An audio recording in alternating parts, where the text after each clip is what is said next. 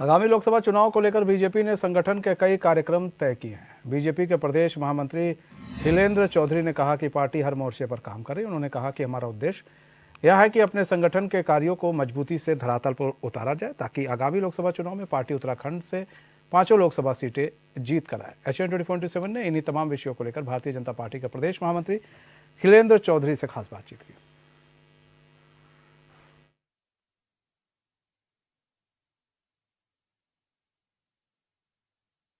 Bharatiya Janata party के प्रदेश महामंत्री खिलेंद्र चौधरी जी इस समय हमारे साथ एचएनएन न्यूज़ पर मौजूद हैं। हम इनसे संगठन में जो गतिविधियां हो रही हैं इसकी जानकारी लेंगे। खिलेंद्र जी, सबसे पहले तो आपसे जानने का प्रयास होगा, इस समय संगठनिक जो गतिविधियां हैं पार्टी की क्या कुछ चल रही हैं? देखिए, भारतीय जनता पार्टी का संगठन हमेशा काम करता रहता है। हम केवल चुनाव की दृष्टि से काम नहीं करते, हम सेवा के माध्यम से भी जनता के बीच में जाने का काम करते हैं। हमेशा सेवा के कामों को लेकर जनता के बीच जाते हैं। उसके साथ साथ जो भारतीय जनता पार्टी की संगठनात्मक गतिविधियां हैं वो भी लगातार हमारी चलती रहती है। जैसे कि आज अनुसूचित जनजाति मोर्चे का एक गढ़वाल का हमारा जो है सम्मेलन जनप्रतिनिधियों का विकासनगर में हो रहा है। उसी तरीके से एससी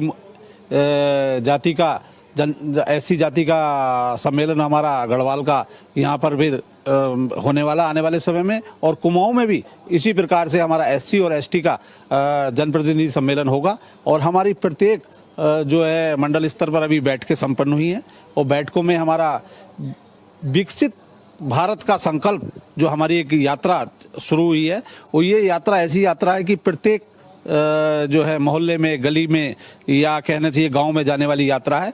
इसके माध्यम से सरकार की जो योजनाएं हैं, सरकार के जो काम हैं, जिस तरीके से मोदी जी ने काम किया है, जिस तरीके से धामी जी हमारे विकास के काम को लेकर आगे बढ़ रहे हैं, अभी आपने उनके दृढ़ निश्चय को देखा होगा कि जिस तरीके से अभी टनल में फंसे 41 मजदूरों को निकालने का काम हुआ है, और जन सरोकार से जुड़े जो भी मुद्दे हैं उनको भी हम लगातार जो हमारी सरकारें कर रही हैं उनको भी हम विकसित भारत संकल्प यात्रा के माध्यम से जनता तक लेकर जाएंगे और उनको बताएंगे कि भारतीय जनता पार्टी किस तरीके से जनता में अपना काम कर रही है। और आने वाले समय में राम मंदिर का जो निर्माण हुआ है और उसका उद्घाटन, भव्य उद्घाटन होने जा रहा है और उसकी तिथि घोषित हो गई है।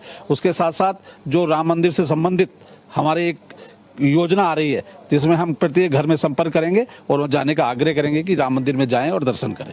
अच्छा खिलेंद्र जी, एक चीज़ बताइए, जो वोटर चेतना अभियान है पार्टी का चल रहा था, ये क्या अभी भी गतिमान है और उसको क्या रिस्पांस मिल रहा है? देखिए, वोटर चेतना अभियान का हमारा लक्ष्य था कि हम अधिक से अधिक वोट हम बनाएं, और ये अभी भी हमारा गतिमान है।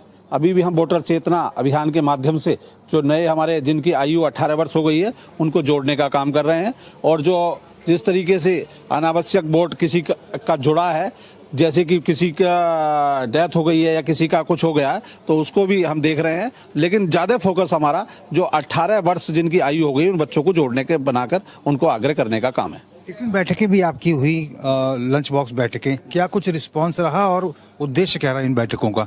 देखिए, टिफिन बैठक का बहुत अच्छा रेस्पॉन्स था, और टिफिन बैठक का उद्देश्य हमारा सामाजिक समरसता बनाने का भाव है। समाज में जितने भी हमारे जाति धर्म के लोग हैं, हम सब साथ बैठ के भोजन करते हैं, और भोजन करने के बाद एक दूसरे से तालमेल बढ़ता है, और तालमेल बढ़ने से भारतीय जनता पार्टी का जो हमारा ग्राफ है वो लगातार उससे बढ़ रहा है।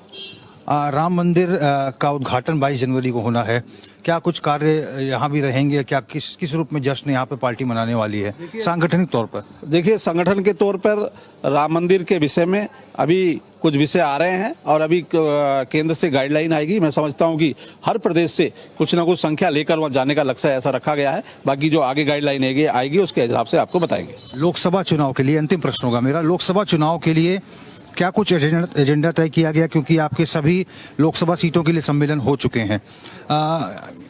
कितने फीसदी मत प्रतिशत उत्तराखंड की 5 सीटों पर हासिल करने का लक्ष्य है, और जिम्मेदारियां किन किन बड़े नेताओं की सुनिश्चित हुई हैं? देखिए, अभी हमने 5 लोकसभा पे विस्तारक तय किए हैं, और हमारा लक्ष्य 51% वोट लेने का लक्ष्य है, और 5 सीटें भारतीय जनता पार्टी पूर्व की भांति जीतने जा रही है। निश्चित रूप से भारतीय जनता पार्टी की 5 सीटें भारतीय जनता पार्टी को मिलेंगी, जो आज उत्तराखंड की 5 लोकसभा सीटें, और केंद्र में मोदी जी की सरकार बनेगी। धन्यवाद चौधरी साहब।